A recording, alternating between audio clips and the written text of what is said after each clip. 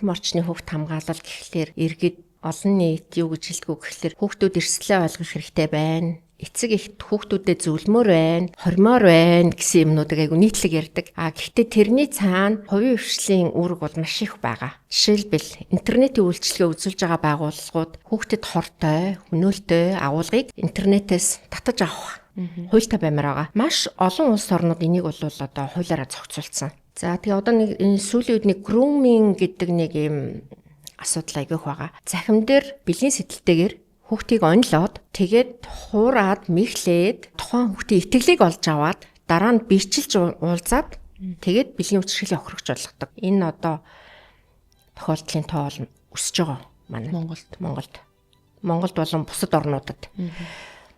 Тэгэхээр яг хөө мэдээж цахим орчныг одоо зөв зохистой хэрэглэх талаар эцэг эх өөрөө зөвлөх нь зөв, хүүхдүүдэд ойлгуулах нь зөв. Тэрний хажуугаар бид нар хуулийн зохицуулалтаа сайжруулах шаардлагатай байгаа.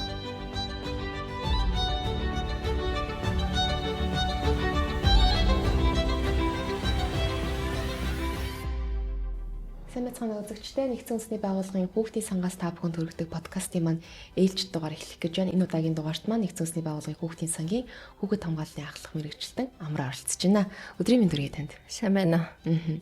За эхлээд подкастынхаа уламжлалсаар асуултаа асууя. Амраа гэж хүн яг хэн бэ? Та ямар мэрэгчлэлтэй хүн бэ? Яагаад энэ мэрэгчлэлийг сонгосон бэ? Би ер нь бол энэ чиглэлээр бараг 30 жил ажиллаж байна.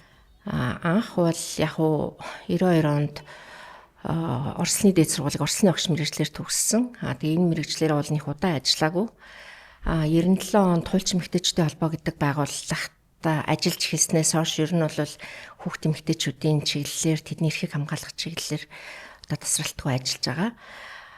Хуульчин эмэгтэйчүүдийн холбоонд ажиллаж байхад бол маш олон одоо мундаг хуульчин эмэгтэйчүүд эмэгтэйчүүдийн эрхийн төлөө яаж тэмцэж байгаа, яаж ажиллаж байгаа талаар бол маш их бахархаж аягүй их юм сурсан. Тэнд бол өмгөөлөгчд өөрсдөө сайн дураараа ирээд төлбөрийн чадваргүй эмэгтэйчүүдэд эрх зүйн цэцэлцээ үзүүлж исэн. Яг тухайн үед бас одоо хүний эрхийн комиссийн тухай хууль, гэр бүлийн хүчирхийлэлтэд тэмцэх тухай хуульд хуульчин эмэгтэйчүүдийн холбоо оролцоод ингээд явж исэн. Тэгээд тэр одоо хуулийн ажлын эсгүүдэд бас оролцох тийм боломж бол надад бас тухайн үед олдсон. Тэгээд яаж оролцсон бэ гэхээр ерөнхийдөө нөгөө нэг гадаад орнд одоо тэр үед бол комисс гэдэг юм бол манай шинээсэн хүний эрхийн комиссийн асуудал шинээсэн эмэгтэйчүүдийн одоо эрхийг хамгаалахтай холбоотой гэр бүлийн хүчирхийлэлтэд тэмцэх тухай асуудал бол бас л нэлээд одоо бараг л анх удаага ингээд яригдчихсэн. Тэгээд тэр хуулиудыг боловсруулах явцад одоо хуулийн болон бусад мэрэгчлэлтнүүдтэй маш ойр ажиллаад гадаад орны туршлагыг нэлээд судлаад тэгээд одоо юу гэдгийг бусад улс оронд хүний эрхийн одоо механизм нь яаж ажилдгийг Монголд одоо омбудсман баах юм уу, комисс баах юм уу энэ тэр үед бол маш олон асуултууд байдаг гэсэн. Гэр бүлийн хүчирхийлэл гэх юм уу, энэ ахуйн хүрээнд үйлдэгдэж байгаа хүчирхийлэл чинь ганцхан гэр бүлийн орчинд юм уу? Энэ хуулийг яг юу гэж нэрлэх вэ гэдгээс ахуулаад бол бид нар оролцож исэн. Тэгээд бусад оронд жишээлбэл гэр бүлийн хүчирхийлэлтэд тэмцдэг механизм нь юу гэдгийг одоо хууль хяналтын байгууллагууд нь юу хийдгийг, нийгмийн салбар нь юу хийдгийг ч гэдэм үү те тэр үед бол маш их судалж маш их зүйлийг ойлгож исэн. За тэгээд тэр бүхнээсээ болоод ер нь бол эрх зүйч болох хэрэгтэй юм байна. Тэ би энэ дуртай юм байна гэж бодсон. Тэгээд Монгол Улсын их сургуулийн хууль зүйн сургуулийг эрх зүйч мэргэжлэр төгссөн ба. За тэгээд явж итэл нийгмийн ажлын чиглэлээр Америкт хүмүүс ингээд төгсөд эхэлсэн. Монголд нийгмийн ажил бас хөгжиж эхэлсэн. Энэ нийгмийн ажил гэдэг бол хувь хүний эмзэг байдлыг мэдэрч чаддаг хувь хүний асуудал руу одоо мэрэгжлийн төвшөнд оролцдог. Одоо ийм мэрэгжил юм байна. Ер нь энэ мэрэгжлэр бас сурвал миний одоо ирээдүйн карьер ч юм уу одоо миний их дуртай ажил юм байна. Тэгээд юуны Америкийн нэгдсэн улсын Миссурийн мужид байдаг нөгөө Сент Луисгийн хотын Вашингтоны их сургууль нийгмийн ажлын магистраараа сурсан. Тэгээд үндсэндээ бол 3 мэрэгчлэр ингээд төгссөн. 3 мэрэгжил маань багшийн ажил, эрх зүйчийн ажил, нийгмийн ажил. Энэ 3 мэргэжил гурлаа хүүхд хамгааллын тогтолцооны асуудлыг ярихад маш чухал үүрэгтэй 3 мэргэжил. Таны туршлага дээрээс харахад хүүхэд хамгааллын ажлыг хийхийн тулд нийгмийн хамгаалалт бас давхар эрхцүүн чадвар энэ мэргэжил шаарддаг гэж ойлголоо. Тий. Хүүхд хамгааллын тогтолцоог төлөвшүүлэх гэдэг ажил маань ерөнхийдөө олон салбарын оролцоотой хийгддэг ажил. Үндсэн салбарууд нь бол нийгмийн хамгаалал, нийгмийн бодлого, хууль зүйн салбар. За жишээ авъя, хүүхд төвчрэл төртлөө. Гэмтэргийн хохирогч боллоо. Хэн оролцох уу? Тэ? Цагдаа оролцсон, прокурор оролцсон, шүүх оролцсон, хүүхд хамгааллын, нийгмийн хамгааллын салбарт байгаа хүүхд хамгааллын мэрэгчлэтнүүд гэр бүлтэй нь ажиллана, хүүхдүүдтэй нь ажиллана.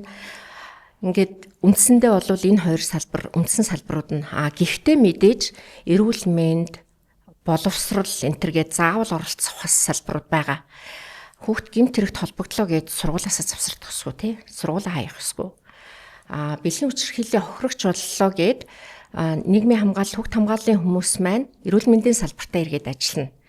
Гэх мэтлэнгээр энэ бол ерөөсөө бид нар хүүхд хамгааллын тогтолцоо гэдээ ярихлаар олон салбарын оролцоотой ингэж хүүхдтэй үр дүн гаргая л гэх юм бол бүх салбар өөрийн үүсдэг жижиг хийгддэг ажил. Таныг анх энэ хүүхэд хамгааллын чиглэлээр ажиллаж эхэлж байхад нөхцөл байдал ямар байв? За тэр цагаас хойш өнөөдөр бас юу өөрчлөгдсөн гэж таарч байна. Одоо бол бид нар ингээд хүүхэд хамгааллын тогтолцоо, олон салбарын оролцоо энэ төр гэд ярьж байна те. Нилээн одоо хүүхэд хамгааллын тогтолцооны төлөвшлийн асуудал ярьдаг энэ цаг үед ирчээд байгаа. Намайг анх 1999 онд би анх хүүхдийн ивэг санд Английн тохойд хүүхдийн ивэг сан байсан. Тэр байгууллагт орж байхад бол хүнд нөхцөлд байгаа хүүхдийн асуудал хариуцаад тэр тусмаа гудамжны хүүхдийн асуудлыг хариуцж байсан. За тэгээд тухайн үед бол гудамжны хүүхдийн асуудлыг хариуцах юм бол чи тэднэрийнхээ яаж амьдарч байгааг үзье гэдэг одоо удирдлагын заавраар яг гудамжинд гараад траншины хүүхдүүдтэй ингээд ажиллах тийм шаардлага гарсан. За яг хаана ямар хүүхэд аль траншинд яаж амьдарч байна? Хүүхдүүд дангаараа бие дагаад бүлэг болоод амьдарч гин үү? Эцэг эхтэйгээ амьдарч гин үү? Эсвэл одоо бүр танихгүй одоо насан турш хүнтэй хүүхдүүд бас амьдардаг үе байсан. Маш эрсдэлтэй. Тэгээд энэ Улаанбаатарын хэмжээнд хаана ямар траншинд хэдэн хүүхэд явж гин гэдгийг мэдэх шаардлагатай.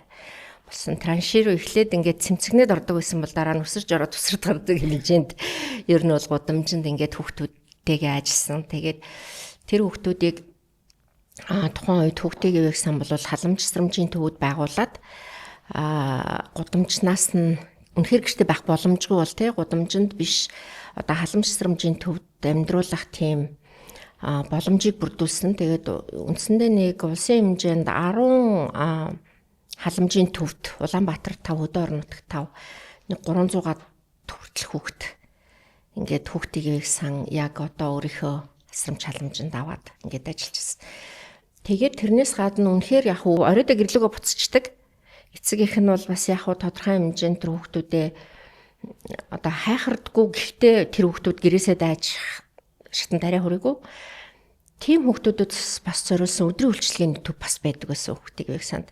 За тэгээд тэр хүүхдүүдийг 100 бүгдийг нь энэ гачуурт руу аваад тусланд гаргадаг. Гэх мэтлэнгээр ерөөсөө л тэр хүүхдүүдтэй л ингээл ер нь бараг амьдэрсэн.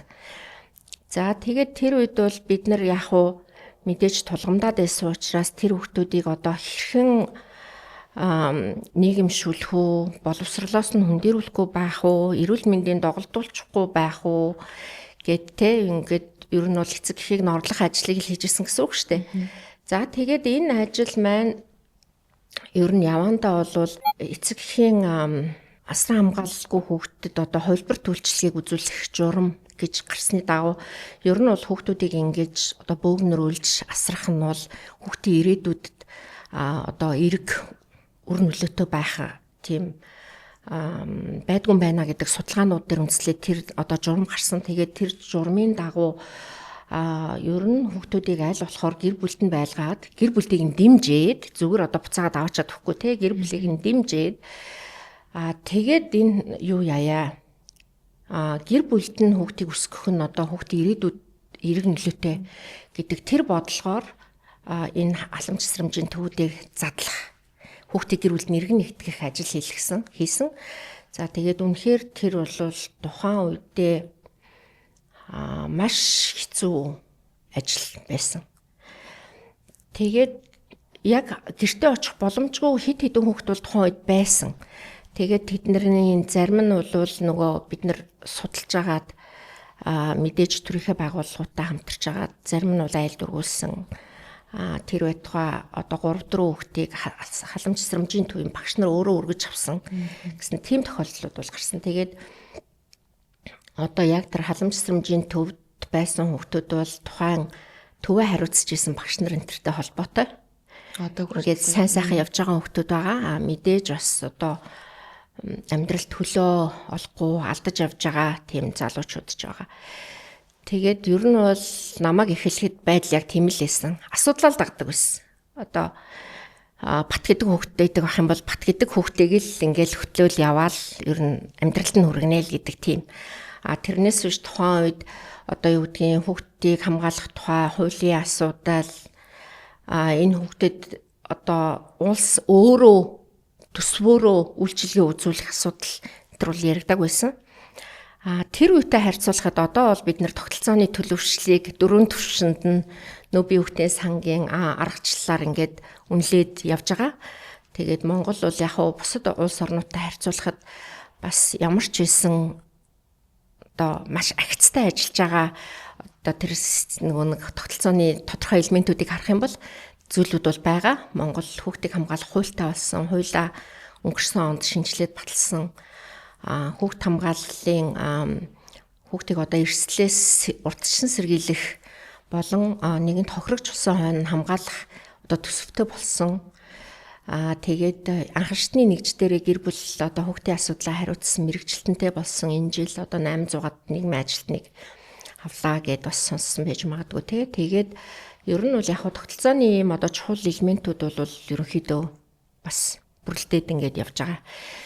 Тэр 99 он 2000 онтой харьцуулах юм бол одоо бид нар тогтолцоог хөгжүүлнэ гэдэг асуудлыг одоо юу гэдгийг улс төрийн хүсэл эрмэлзэл энд байна.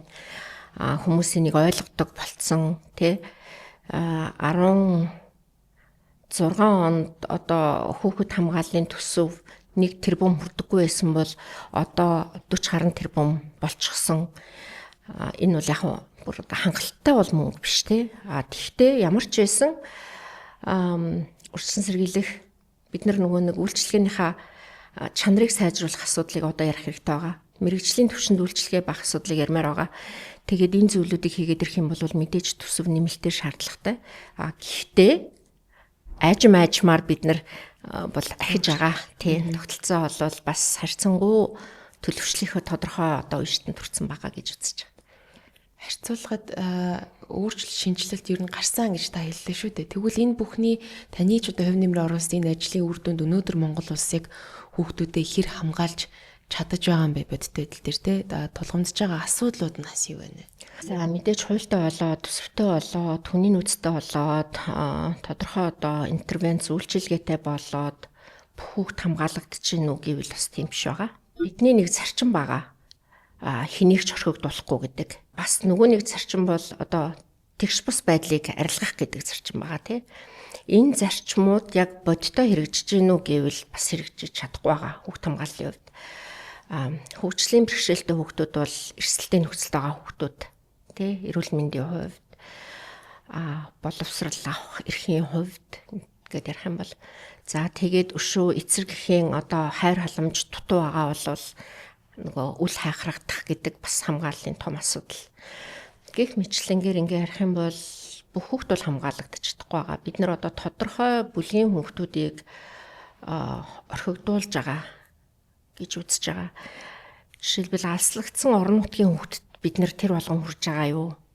Яг уу манай энэ хүүхд хамгааллын хүүхдийн байгууллагууд бол явуулын үйлчилгээ энтергээд хөрхэн санаачлагууд бол хэрэгжүүлж байгаа. Тэрийг бол үгүйсэхгүй. Гэхдээ одоо үнэхээр алслагдсан орон нутгтээ уулын мухарт байгаа хүүхэд хамгааллын тогтолцооны одоо үр шимийг хүртэж гин үү? Тур байранд эцэг эхийн хайр халамжаас хол амьдарч байгаа хүүхдүүд тэр болгон хамгаалагдж гин үү? Дотор байрны хэдэн багш идэг лээ, тэ? 100 хүүхдэд нэг юм уу 2 багш өдрийн цагаар орой харуултаагаа ингээл байж байгаа. Тэгэхээр үнэхээр бол бид нар бүх хүүхдээ хамгаалж чадахгүй байгаа. Орхигдож байгаа хүүхдүүд байгаа. Тэгээд нэг ч хүүхдийг орхигдуулахгүй гэдэг тэр зарчмын төлөө бол мэдээж бид нар ажиллаж байгаа.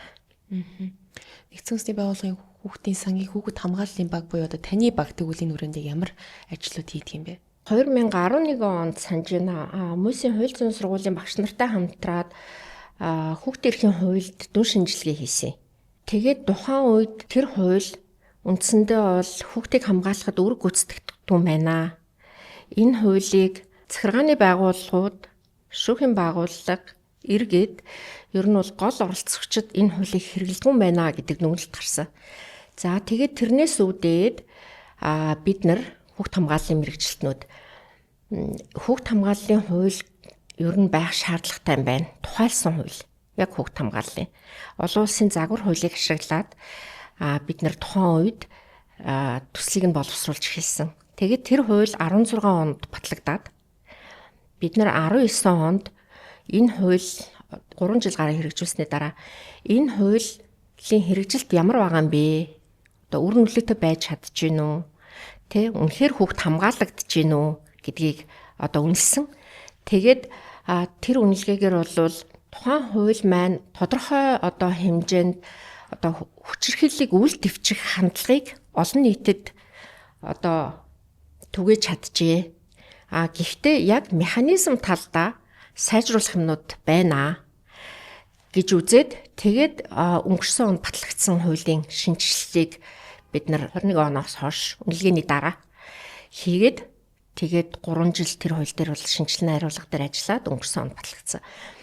ЮНИСЕФ энд бол маш хүрэхтэй оролцсон. Ер нь бол энэ боловсруулалтын явцад бид нар аль болохоор олон талын санаа бодлыг тусгах яг үнэхээр энэ эцсийн зорилго нь л одоо хүүхдийн хамгаалалт эрхийг хангах байх ёстой шүү дээ, тий. Тэгээд тогтолцоог бүрдүүлээд хамгаалалт эрхийг хангана гэдэг ийм зорилготой энэ хуулийг бол ингээд дэмжиж ирсэн байгаа. За тэгээд энэ одоо хуульд шаардагдах төсвийн тооцооллыг бас Нөбийн хүүхдийн сангийн техникийн дэмжлэгээр хийсэн. Бид нар анх 15 онд олон улсын аргачлалаар хүүхд хамгааллын төсвийн тооцооллыг хийгээд танилцуулаад тэгээд төсөв бол 18 оноос эхлээд тасралтгүй жил болгон ингээд нэмэгдээд явсан. За гэхдээ төсөв нэмэгдэх бол нэг асуудал. Төсөв үр ашигтай зарцуулагдж гэнэ үү гэдэг ахаад нэг өөр асуудал. Тийм учраас бид нар явцын дунд үндсэндээ төсвийн зарцуулалт дээр дүн шинжилгээ 3 удаа хийсэн бидээ. 19 онд, 21 онд, 24 онд. За тэгээд тэр одоо болгондоо бид нар төрийн байгууллагуудаа дүгнэлт зөвлөмжөө танилцуулаад одоо ингэх шаардлагатай байна. Энийг ингэж хийвэл зөв юм байна гэдэг ийм техникийн дэмжлэг үзүүлээд явж байгаа. Тэгээд тэгэхээр үндсэндээ бол хүүхд хамгааллын төсөвтэй болох ажилд бол Нөбийн хүүхдийн сангийн үүрэг бол их байсан гэж би бол бас бардам хэлнэ. За 3 дугаарт хүүхд хамгааллын чиглэлээр ажилладаг нийгмийн үйлчилгээний ажиллах хүчний чадварыг нэмэгдүүлэхэд Нөбийн хүүхдийн сан бол маш их үүрэг гүйцэтгэсэн. Яг урд нь одоо олон жилийн өмнөтэй харьцуулах юм бол одоо нэлээд нарийн мэрэгчлэтнүүд шаардлагатай болсон. Хүүхд хамгааллын мэрэгчлэтнүүд юу гэдгийг одоо гэр бүл салахад шүүхэд нөгөө хүүхэд хинтэйгээ байх юм бол хүүхдийн одоо дээд ирэх ашиг хангагдах юм бэ гэдэг дээр дүгнэлт гаргаж өгдөг болсон. Үнэлгээ хийдэг. Зөрчлийн тухай хуулийг хэрэгжүүлэхэд хүүхдийн эрхийн улсын байцаагч гэдэг хүн ажилтдаг болсон. За гэр бүл хүүхдтэй ажилтдаг нийгмийн ажилтнууд бол case management гэдэг одоо чухал аргачлалыг ашиглаж ажиллах шаардлагатай болсон. Гэх мэтлэнгээр бол энэ хүүхэд хамгааллын мэрэгчлэнүүд гэдэг ерөнхий нэр томьёон дотроо яг тусгайлсан бэлтгэгдэх ёстой мэрэгчлэтнүүдийг Нөбийн хүүхдийн сан одоо бэлтгэхэд нь бас техникийн дэмжлэг үзүүлдэг, арга зүйн дэмжлэг үзүүлдэг ийм ажлуудыг хийж байна. За тэгээд мэдээж бол үйлчилгээний чанарыг сайжруулах асуудал бол мэрэгчлэтнүүдийн ур чадвараас маш их хамааралтай асуудал тий. Тэгэхээр үйлчилгээний чанарыг сайжруулах, үйлчилгээний төрлийг нэмэгдүүлэх. Одоо хүний хэрэгцээ бол хязгааргүй шүү дээ, тий. Хамгаалагдах шаардлагатай хүүхдийн хэрэгцээ ч гэсэн бас олон төрөл. Тэгэхээр үйлчилгээнийг одоо төрлийг нэмэгдүүлэх, сэтгэл зүйн үйлчилгээг хүнд үзүүлэх юм. Хувь зүйн үйлчилгээг хүнд үзүүлэх юм. Яг одоо хамгааллынхаа үйлчилгээг яаж хүнд үзүүлэх юм, ямар төлөвлөгөөтэйгээр үзүүлэх юм. За тэгээ бусад байгууллагатайгаа яаж харьцах юм, яг салбар дундын протоколууд байна уу? Жишээлбэл одоо сүүлийн үед бид нар маш их юм сэтгэл донслогсон мэдээллүүдийг сонсож байгаа. Энэ төрх байгууллагад 97 хүүхэд насан туршаагүй хүүхдэрээ хүүхэд төрүүлжээ гэдэг юм уу те? Энэний цаана юу байна? Хамгааллын асуудал байна уу? Тэ? Хүүхэд өөрөө ээж болох шийдвэрийг гаргах уу гэдэг асуудал. Тэгэхээр энэ болгон дээр хүүхэд өөрөө хүүхдэрээ ээж болж байгаа гэдэг нь эрсдэл байхгүй юу? Тэ? Тэгэхээр тэр эрсдэлтэй бүлгийн хүүхэд гэж байгаа категорид энэ хүүхдүүд байна уу гэдэг асуудал. Тэгэл энэ хүүхдүүдтэй яг яаж ажиллах вэ? Бэлгийн хүчирхийллийн хохирогч болчиход байгаа хүүхдүүдийн асуудлаар эрүүл мэндтэйгээ яаж ажиллах вэ? Шүүх эмнэлэгтэйгээ яаж ажиллах вэ? Тэ? Гэмтэлтэй яаж ажиллах юм? Ерөөсөө нөгөө нэг энэ салбар бусад салбар оролцохгүй бол дангаараа ажиллах боломжгүй салбар. Тэгэхээр энэ одоо ажиллаж байгаа хүмүүсийн ур чадварын асуудал тий сэтгэл зүрхээрээ ажиллах асуудал бол ерөөсөө номер 1 тий. За тэгээд энэ болгонд бол ЮНИСЕФ ингээд оролцож байгаа. Тэгээд тэрнээс гадна бол сүүлийн хэдэн жил захим орчны хүүхд хамгааллын асуудлаар бол бас нэлээд ажиллаад нэлээд одоо туршлагатай болж байна. Ерөнхийдөө бол яг бид нар захим орчны хүүхд хамгаалал гэхлээр иргэд олон нийт юу гэж хэлдэг вэ гэхлээр хүүхдүүд эрсдлээ ойлгох хэрэгтэй байна. Эцэг эхт хүүхдүүдэд зөвлөмөр байна, хормоор байна гэсэн юмнуудыг айгу нийтлэг ярьдаг. Гэхдээ тэрний цаана одоо юу гэдгийг хувийн хвшлийн үүрэг бол маш их байгаа. Жишээлбэл интернетийн үйлчилгээ үзүүлж байгаа байгууллагууд хүүхдэд хортой, хөнөөлтөй агуулгыг интернетээс татаж авах тийм одоо протоколтой баймаар байгаа. Хуультай баймаар байгаа. Маш олон улс орнууд энийг бол одоо хуулиараа зохицуулсан. Юу гэдгийг хүүхэд одоо садар самуунд оролцож байгаа бичлэг тий одоо гаж донтой хүмүүс байна шүү дээ тий. Бага насны хүүхд сонирхдаг. Тэгтэл тэр хүүхдүүдийг юуг ингээ хүмүүс шеэрлээд байдаг интернетээр. Одоо хүүхдүүдийг таргетлаад тий октод руу явуулдаг. За тэгээ одоо нэг энэ сүүлийн үед нэг grooming гэдэг нэг юм асуудал айгүйх байгаа. Захим дээр яг одоо бэлгийн сэтэлтэйгээр хүүхдийг онлоод тэгээд хуураад мэхлээд тухайн хүүхдийн итгэлийг олж аваад дараа нь бичилж уулзаад тэгээд бэлгийн хүчирхийллийн хохирогч болгодог. Энэ асуудал энэ одоо тохиолдлын тоо өсөж байгаа манай Монголд болон бусад орнуудад. Тэгэхээр яг хөө мэдээж захим орчинд захим орчныг одоо зөв зохистой хэрэглэх талаар эцэг эх өөрөө зөвлөх нь зөв, хүүхдүүдэд ойлгуулах нь зөв. Тэрний хажуугаар бид нар хуулийн зохицуулалтаа сайжруулах шаардлагатай байгаа. Grooming гэдэг одоо сая кейс дээр ингээд жишээ олгоод хэлсэн grooming одоо биднийг Монгол дээр нэр олдохгүй байгаа. Grooming гэдгээр нь улс орнууд бас яг ингээ галиглаад шууд хуулинд оруулж байгаа юм бас байгаа. Sexting гэж үг байна. Sextortion гэж үг байна. Одоо дандаа ийм бэлгийн хүчирхийлэл мүлжлийн зорилгоор тий хүүхдийг дэгээдээд хүүхдийг өргөтаад дараа нь ингэж одоо гэмтрийн хохирогчулдаг. Тэгээ энэ асуудлуудыг жишээлбэл бүр яг тухайлаад хуульчлах юм хэрэгцээ бол манад байгаа. Ингээрээ би юу хэлэх гэсэн бэ гэхлээр бас л бид нар захим орчны хүүхд хамгаалал гэхлээр ингээд нэг хэсэг ажлыг тасалж аваад ингээд хийчиж болохгүй байгаа байхгүй юу? Ерөөсө цогцоор нь хийхгүй бол үр дүн төрөхгүй. Монгол улс засгийн газар бол We Protect буюу бид хамгаална гэдэг ийм олон улсын санаачлагад нэгдсэн орё. За тэгээд тэр одоо санаачлаганд нэгдэхээр ямар үүрэг хүлээх үү гэхлээр одоо бид хамгаална гэдэг ийм үйл ажиллагааны хүрээг нэвтрүүлнэ л гэсэн үг. За тэр нь юу вэ гэхлээр яг л одоо юу гэдгийг жишээлбэл хуулийн зохицуулалтаа сайжруулна. энэ чиглэлээр ажиллаж байгаа одоо мэрэгчлэтнүүдийн одоо жишээ нь цахим орчин дээр нотлох баримтыг яаж авах уу гэдэг одоо жишээл цагдаагийн мөрдөн байцаагчдын чадварыг сайжруулах ч гэдэг юм уу, тэдний одоо техник тоног төхөөрөмжийг сайжруулах ч гэдэг юм уу, одоо эсвэл жишээлбэл Интерполийн цахим орчинд бэлгийн мөтөлчлөг хүчирхийллийн хохирогчийн датабаз гэж байдаг. Тэнд нэвтрэх хэрэгтэй болсноороо олон энэ ингээд интернетэд үйлдэгдэж байгаа гэмтэргүүд чинь одоо олон улсын шинжтэй гэмтэргүүд бас байгаад байгаа. Зөвхөн одоо улс дотроо болж байгаагаас гадна олон улсын чанартай. Тэгвэл Интерполтой хамтарч ажиллах тэр хэрэгцээ бас үүсэж байгаа. Гэх мэтлэнгээр тэгээд мэдээж энэ бол нийгмийн салбарын мэрэгчлэтнүүдийнхаа бас ур чадвар мэдлэгийг сайжруулна. Сургуулийнхаа хөтөлбөрийг сайжруулна ч гэдэм үү те. Энэ чаардагдах төсвийг хуваарлна. Хэвлэл мэдээллийн одоо ажилтнуудын бас энэ талаарх мэдлэгийг сайжруулах ч гэдэм үү те. Ингээд маш далаацтай ажлыг хийж ээж тэр улс орнууд энэ бид хамгааллын санаачлагад нэгдсэн л бол тэр үндэсний түвшинд хэрэгжүүлэх үйл ажиллагааны хүрээг ингээд гүйцэд харж те цогцоор нь л арга хэмжээ авч иж хүүхэд захимдэр хамгаалагдах гэдэг. Тэгээд энэ чиглэлээр бол бид нэр 18 оноос хойш ажилласан. Яг одоо хэрэгжиж байгаа захим орчны төсөл гэх юм бол бид нэр Тесо компанитай хамтраад энэ жил Тесо компани санхүүгийн дэмжлэгтэйгээр бас тодорхой ажлуудыг хийж байгаа. Ер нь бол хувийн хэвшил хүүхд хамгааллын ажлыг дэмжинэ гэдэг бол үнэхээр бахархмаар ажил тий. Үр дүн нь алстаа гардаг ажил.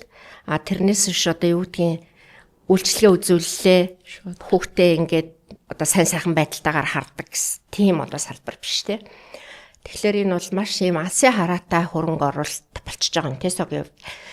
Тэгээ бид нар хамтарч хийгээд хамтраад юу хийж байгааг гэхлээр ерөнхийдөө бүх хүнд хүрэхэд бид нар одоо цахим интерактив агуулгуудыг л бий болохгүй бол нөгөө танхимын сургалт хөдөө орон нутгаар явж хийдэг сургалт энэ чинь маш үнэтэй.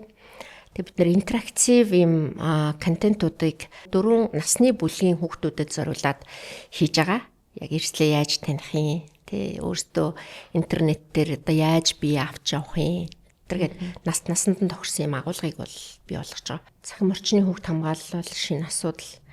Тэгээд бидний одоо цаашдаа бас одоо хийх ёстой ажил бол энэ гэр бүлийн тухай хуулийн шинжилэлт хувь нэмрээ оруулах ийм асуудал байгаа. Тэгээд 1999 онд батлагдсан хууль 20 гаруй жил одоо ингээд яригдал яваад байгаа. Тэгээ шинжлэгдэж одоо батлагдсан юм баггүй. Тэгээд энэ хууль одоо ингээд явах юм шиг байна. Тэгээд яагаад одоо хүүхд хамгааллын хүн энэ хуулийн талаар ингээд санаа тавих хэрэгтэй юм бэ?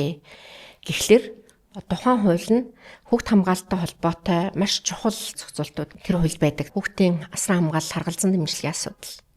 Хүүхдийн хөрөнгө өвлөлийн асуудал гэх мэтлэнгээр. Түүнээс гадна бол хүүхдийн үрчлэлийн асуудал, гадаад дотоод үрчлэл, хүүхдийн одоо хувилбарт үйлчилгээний асуудал, хүүхдийг бусдын гэр бүлд хэрвээ өөрийн эцэг их асарч хамгаалах боломжгүй бол өөр хүн одоо хүүхдийг авч асарч халамжилдаг тийм үйлчилгээний бас заагвар байдаг. Гэх мэтлэнгээр яг ийм нөгөө холбогдох асуудлууд маань тухайн хуулийн зохицуултанд байдаг учраас бид нар бас энэ хууль дээр хамтарч ажиллах боломж олдох байх гэж бодож байгаа. Энд их баярлалаа. Ингээд өнөөдрийн маань подкастын хугацаа харамсалтай ингээд дуусч байна. За баярлалаа. Үзэгчдийн нэгдсэн үндэсний байгууллагын хүүхдийн сангаас та бүхэнд хүргэдэг подкастын маань ээлжид дугаарыг түрээд өндөрлөж байна. Өнөөдрийн маань дугаарт нэгдсэн үндэсний байгууллагын хүүхдийн сангийн хүүхэд хамгааллын ахлах мэрэгчлэн Амар оролцсон.